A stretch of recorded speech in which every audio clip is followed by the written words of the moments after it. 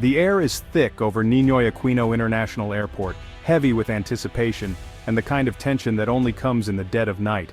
The city's usual chaos is replaced by a hush, as if Manila itself is holding its breath, waiting for something unseen to unfold. It's just past 2 in the morning. The terminals are deserted, the fluorescent lights flicker over empty rows of seats, and the only sounds are the distant hum of cleaning machines and the occasional echo of footsteps in the vast empty halls. On a private airstrip, a silent Gulfstream G700 glides in, its lights off, its arrival unregistered by the usual airport systems. The jet's approach is almost ghostly, a shadow moving through the darkness, unseen by radar and unnoticed by the world at large. No flag, no logo, just a ghost flight from Dubai, its transponder dark, its identity hidden. This is not a flight for tourists or business travelers. This is a flight for those who move in the shadows, whose names are whispered in boardrooms and government offices. The jet door opens with a soft hiss, revealing a discreet team waiting below. 2 black SUVs idle nearby, their engines barely audible, their windows tinted to hide the faces inside. Every movement is practiced, every gesture rehearsed. A man in a tailored suit flanked by bodyguards steps out. His name is infamous on Western sanctions lists, a symbol of power and controversy. He moves with the confidence of someone used to slipping through cracks in the system, his presence both commanding and unsettling. He carries only a briefcase, but its contents could shift the balance of fortunes. His eyes are fixed on the waiting vehicles, his expression unreadable, betraying nothing of the high-stakes game he's playing. The convoy slips away into the Manila night, leaving no trace, no customs, no stamps, no digital record. It's as if they were never here, their arrival erased from official memory, their presence a secret shared only by a select few. Every detail is choreographed by powerful local contacts, bypassing official channels with practiced ease. Airport staff and local officials work in the shadows, ensuring that nothing interrupts the flow of this clandestine operation. For this Russian oligarch, Manila is more than a destination. It's a sanctuary, a safe haven from the reach of Western authorities, and a new front in a global economic war that is being fought far from the headlines. He's part of a clandestine migration of wealth, escaping Western sanctions for the safety and opportunity of the Philippines. Cash, gold, and influence flow quietly into the country, fueling new alliances and reshaping the local economy. This scene repeats with growing frequency, each arrival more secretive than the last. Night after night, more jets touch down, their passengers vanishing into the city before dawn, their stories hidden from public view. Billions flow from Russia into the arteries of the Philippine economy, quietly transforming banks, businesses, and entire industries. The city's financial district pulses with new energy, its future being rewritten in real time. It's not just one man fleeing scrutiny, it's a systemic shift, a coordinated exodus of wealth and power. Shadowy figures move through the night, each with their own agenda, each contributing to a new and uncertain future. A new financial axis is forming, linking Moscow's elites with Manila's most influential partners. Deals are struck behind closed doors, alliances forged in secrecy, and the balance of power begins to tilt. The implications for the Philippines and the world are only beginning to unfold. News anchors speculate, analysts debate, but the true scale of this shift remains hidden, its consequences yet to be fully understood. The Ghost Fleet has arrived, carrying more than passengers. It carries the weight of a changing global order, the hopes and fears of those who seek refuge, and the ambitions of those who welcome them. Manila's night hides a new kind of arrival, silent, powerful, and transformative. The city's skyline glows with possibility, even as secrets move through its streets. The world may not see it yet, but the game has changed.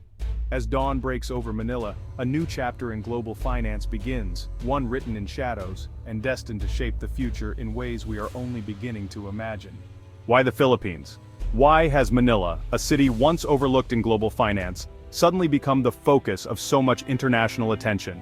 The answer lies in a perfect storm of secrecy, neutrality, and opportunity, a unique combination that's hard to find anywhere else in today's world. Traditional havens like Switzerland and Cyprus, once the go-to destinations for discreet banking, are now closing their doors. With mounting international pressure, they're tightening regulations, freezing assets, and making it harder for foreign wealth to find a safe home. As a result, Russia's wealthy elite are forced to look east, searching for nations that remain outside the Western consensus, places where their assets can be protected from sanctions and scrutiny. The Philippines stands out in this new landscape thanks to its ironclad bank secrecy laws, among the world's strictest. Here, privacy isn't just a promise, it's enshrined in law. Deposits in the Philippines are shielded from foreign scrutiny, making the country a virtual black box for investigators.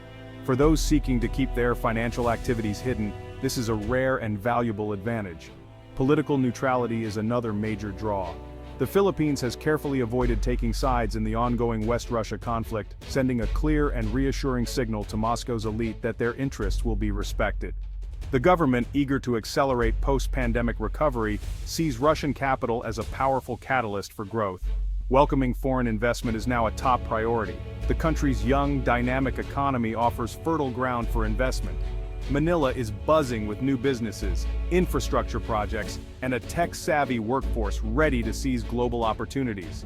Russian money isn't just hiding here, it's actively seeking to grow. From luxury real estate developments to cutting-edge tech startups, the opportunities for expansion are vast and varied. The energy sector, too, is booming. Investments in renewables, oil, and gas are opening new doors for those with the capital and vision to take advantage. For sanctioned billionaires, the Philippines is more than just a safe harbor. It's a launchpad for building new empires, a place where fortunes can be protected and multiplied. In the end, choosing Manila is a calculated bet on secrecy, on neutrality, and on the promise of growth in a rapidly changing world. The money doesn't arrive in suitcases, it moves through a labyrinth of shell companies and anonymous trusts. Laundering begins in hubs like Dubai or Hong Kong, then flows through layers of corporate entities. By the time it reaches Manila, it appears as legitimate foreign investment. Layered ownership structures and proxies obscure the true source, making tracing nearly impossible. Trusts managed by local firms add another layer of secrecy, shielding beneficiaries from view. Russian capital buys luxury condos, art, and rare gems, assets that store value and evade digital freezes. Billions are hidden in plain sight, embedded in Manila's most glamorous sectors. The shadow economy thrives, legal on paper but impenetrable in practice. This influx of Russian money relies on powerful local partners, business families and political insiders. Russians provide the capital. Filipino elites provide access, know-how, and political cover. Local partners front the ventures, navigate bureaucracy, and secure permits for a generous cut. These alliances extend beyond business, shaping political campaigns and cementing influence. Russian money helps elect friendly politicians, who in turn protect their benefactors. A shadow oligarchy is emerging, concentrating wealth and power beyond public reach. It's an alliance of elites, with benefits rarely trickling down. The impact of Russian capital is most visible in Metro Manila's luxury real estate boom. Over the past few years, the city's skyline has been transformed by a wave of foreign investment, with new towers rising almost overnight. These gleaming skyscrapers are not just architectural marvels, they are symbols of a new era of wealth flowing into the city. Entire floors of skyscrapers are snapped up by anonymous buyers, turning condos into safe deposit boxes in the sky. Many of these units remain unoccupied, serving as financial assets rather than homes. The true owners are often hidden behind layers of shell companies, making it nearly impossible to trace the origins of the money.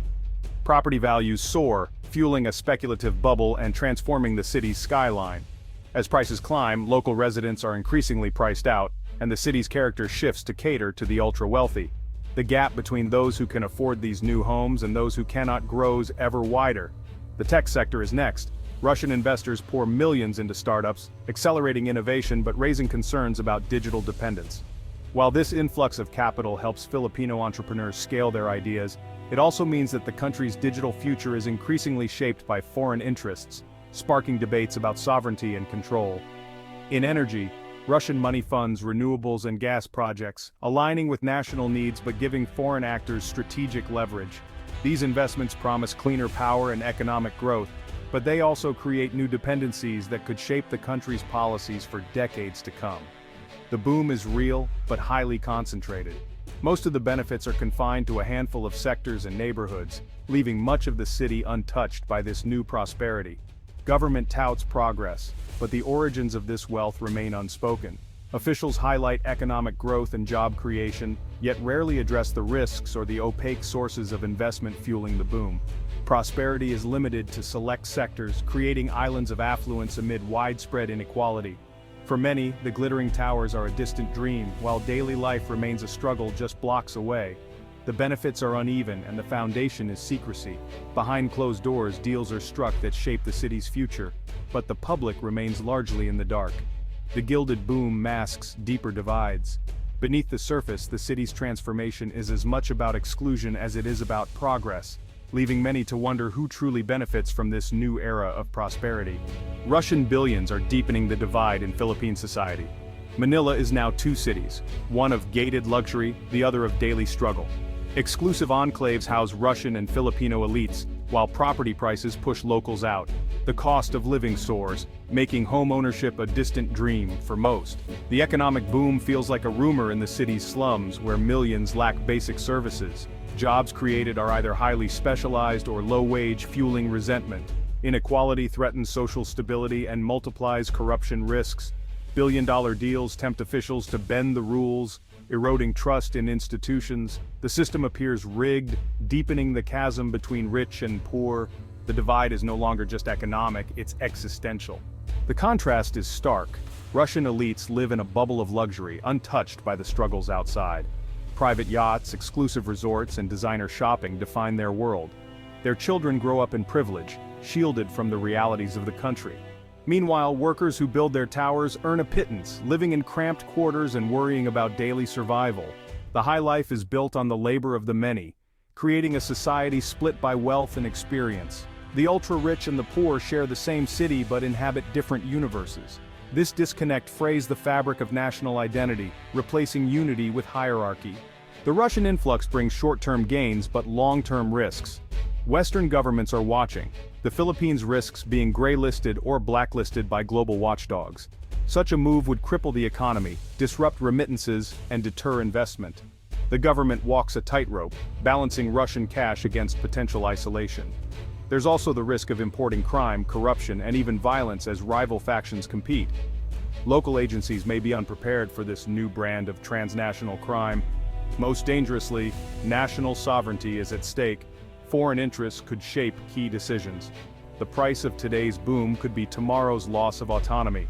The Philippines stands at a crossroads. One path offers a capital-fueled boom for the elite, built on secrecy and foreign influence. The other demands reform, stronger laws, transparency, and a commitment to shared prosperity.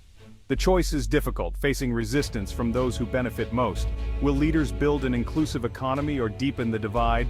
Embracing Russian billions risks pariah status and entrenched inequality. The decision will define the nation's identity and its place in the world. The world is watching.